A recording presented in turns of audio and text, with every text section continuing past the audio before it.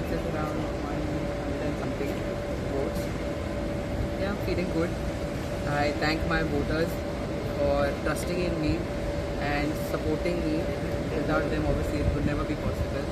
And I would like to take this opportunity and thank our Honorable Minister, Sir Babush Monserrat, and our party president and the Chief Minister for trusting in me and giving me this opportunity. It is my first time and I will serve the people of my ward wholeheartedly. You have been involved with party, but this will be something different for you. So how are you looking, especially when you say serving the people? We are backed by the party itself. So by serving the people, I will make sure that whatever issues they have with regards to which is in the jurisdiction of municipality and CCP, I will surely go ahead with that and solve the issues.